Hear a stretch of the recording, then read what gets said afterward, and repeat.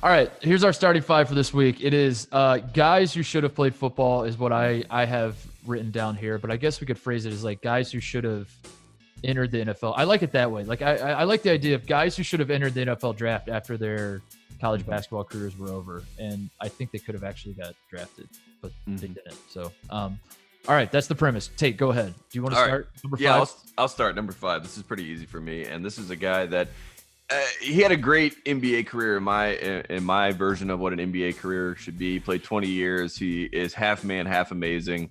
And in my mind, he's a guy that is a wide receiver that, in football now, everyone's like, don't ever run a fade. It's the stupidest play. It's wrong. It's like Megatron convinced us that it would work all the time.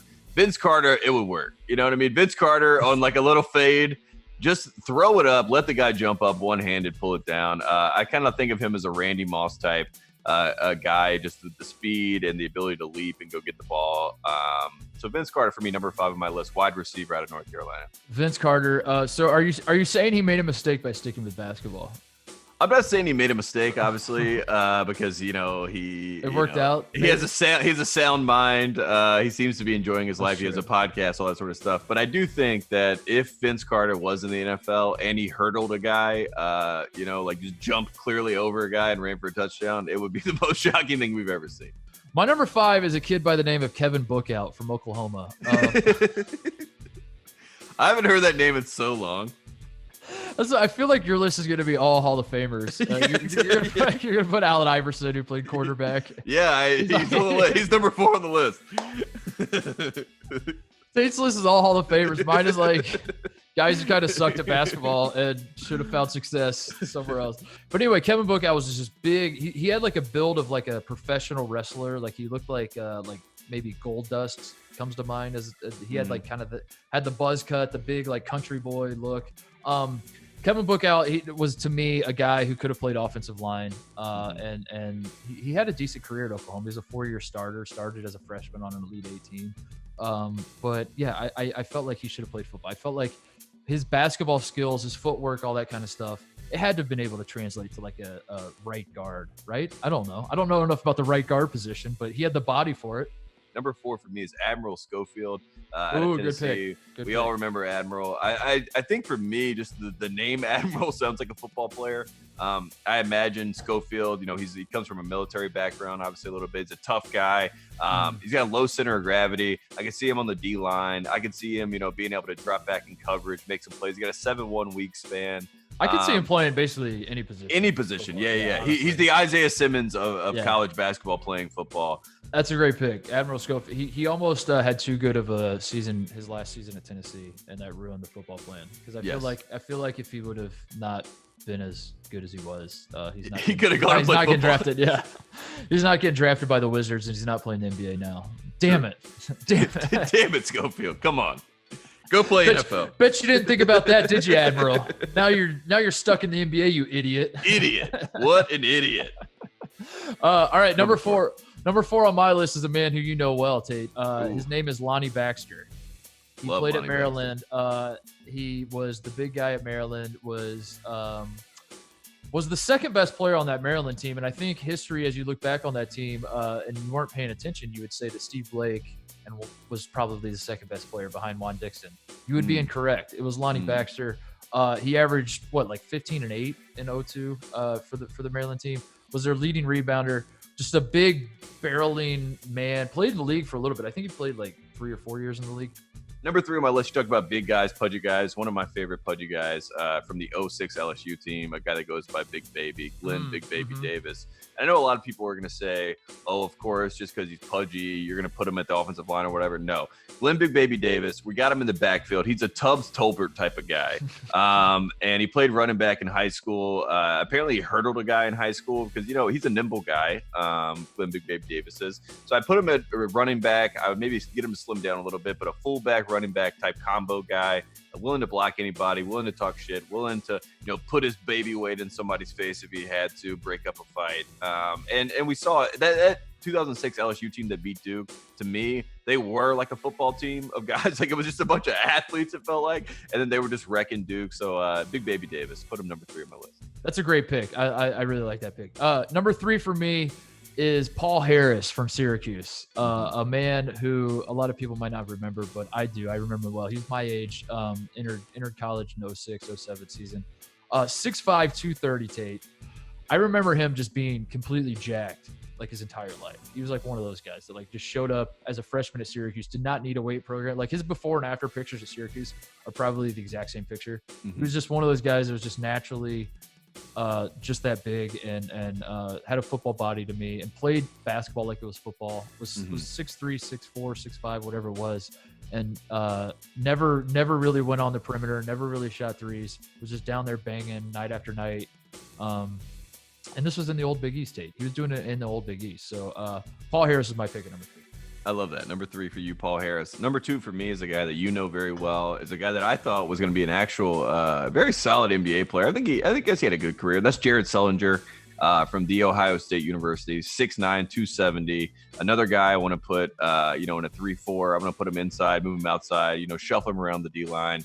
I love the idea of Sullinger just being like just a badass with a bad attitude on a D line, like talking junk. At 6'9", 270 is like the ideal version for me of a D lineman, because I like the idea of when he puts his hand on the ground, his eyes are still above the offensive lineman, so he's just looking straight at the quarterback, and I can imagine that would be terrifying. So yeah, Jared Sullinger, number 2 on my list. I wish he would have thought about football. I think it would have kept him in better shape, maybe. I think it would have been great. All right, number 2 is a man who, Dad, plug your ears. I'll just say that way. Dad, you don't want to hear this, but I have him number 2 on my list. His name is Chris Kramer. He is my dad, one of the most hated players, one of the most hated Purdue players. My dad, it's basically, what do you say? Chris Kramer and Matt Harms are the two. Yep. Yes. Chris Kramer was the first ever 4-time member of the All Big Ten defense team basketball. I probably could have phrased that a little better. First ever guy to make it to the defensive team 4 straight years. And then he won Big Ten Defensive Player of the Year twice. He played basketball like it was football. If he entered his name into the draft in 2010, Bill Belichick is drafting him in the 6th round, 100%. And he's saying, "I'll figure out what to do with you later, but I'm picking you, and you're going to come across the middle and catch passes from Tom Brady for the next 4 years for sure." So I have a real number 1 pick that's not biased, and then I have an unbiased pick that I really want to work over on you. My real number 1 pick is a guy that in the middle of 2006, and I read this, I was doing research on guys that thought about going to play professional football, at one point during their college basketball or professional career. One of those guys that stood out to me because he did it twice. He did it while he was playing college basketball at UCLA and while he was waiting to get signed between 2006 2007, and that's Matt Barnes. And Matt Barnes played high school football. I was able to find a couple highlights. Matt Barnes is, in my opinion, he has an NFL attitude, but he plays in the NBA. He seems like a guy that could be like a Cortland Finnegan. Like he could be a cornerback, that you put him out there and he's not afraid to fight anybody. He kind of wants to fight people. He wants to get people riled up. He wants to talk to people. He obviously signed with the Warriors that summer. They go on to beat the Mavericks, who were the 1 seed that year, and the rest is history. So Matt Barnes, he was on the right mindset when he got picked there. My biased number 1 pick, and you got to hear me out. His name is Luke May, and hear me out. Luke May has a cannon, an absolute cannon. Like his arm, he has a cannon. His brother Drake has a cannon. His dad Mark May. His brother's name Drake? His name is Drake May. And he's going to play football in North Carolina. Baby. He's the number 1 quarterback in the country, and he go. decommitted from Alabama, and he's going to North Carolina. And he plays in Charlotte. But anyways. Oh, is that the kid? Is that the kid that sat behind the bench that looks exactly like Luke May? He's got the big eye. Yeah. Exactly. That's his brother, Drake. And his brother, Drake, has a cannon. It's a 5-star recruit. His dad was a big-time recruit. Played in North Carolina in the 80s. I think if Luke May legitimately wanted to play football and they got him in pads and they said, "Hey, kid, come to camp and sling the ball around," people would be amazed because the guy has a cannon. So my secret under the radar pro style quarterback pick number 1, Luke May. We need to have a combine for college basketball player, a football combine for college basketball players. How about that? Who wouldn't watch that? If you told me like all these guys on our list, you start throwing in all the other guys that didn't get drafted by the NBA. You have a 1-day event where you put them through all the football drills and you just see what they're – and again, you talk about like trying to figure out what positions these guys play. They don't even know what position they play. Exactly.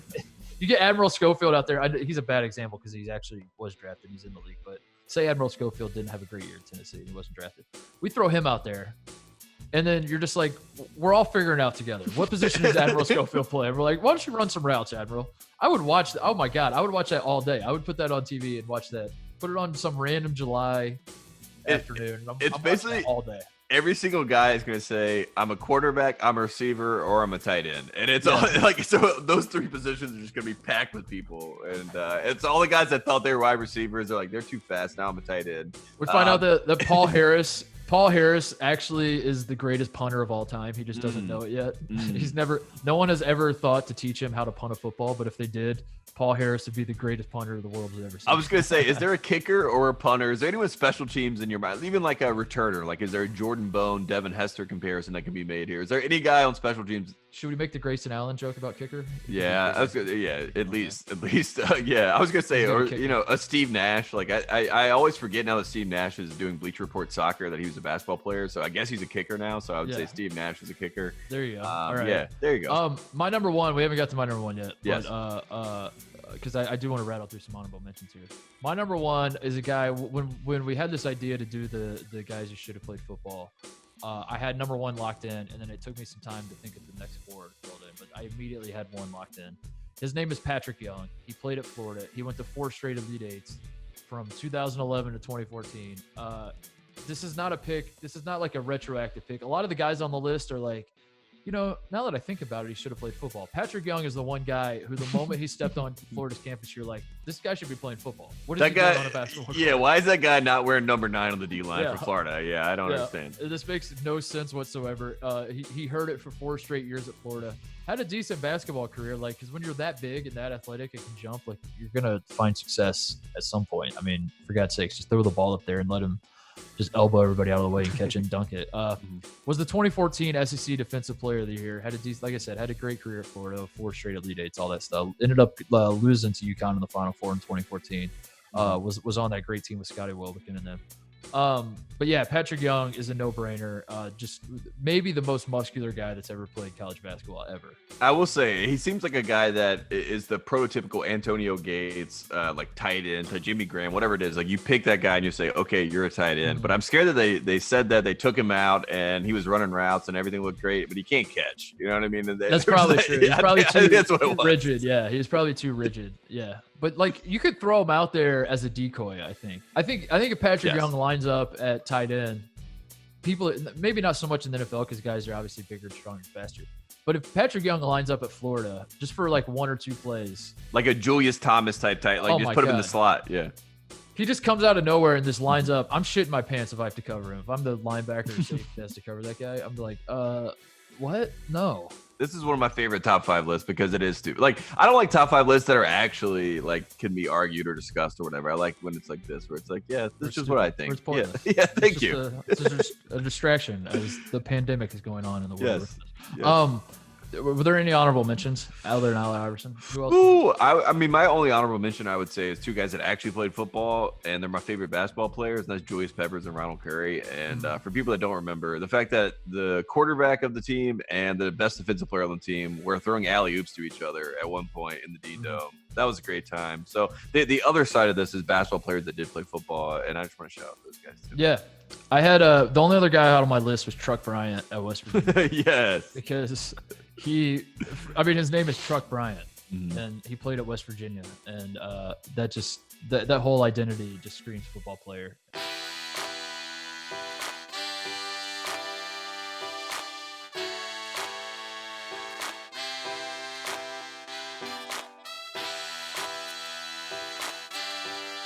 For the best access, perspective, and personalities in all of sports, follow us at Fox Sports on Twitter, Facebook, Instagram, and YouTube.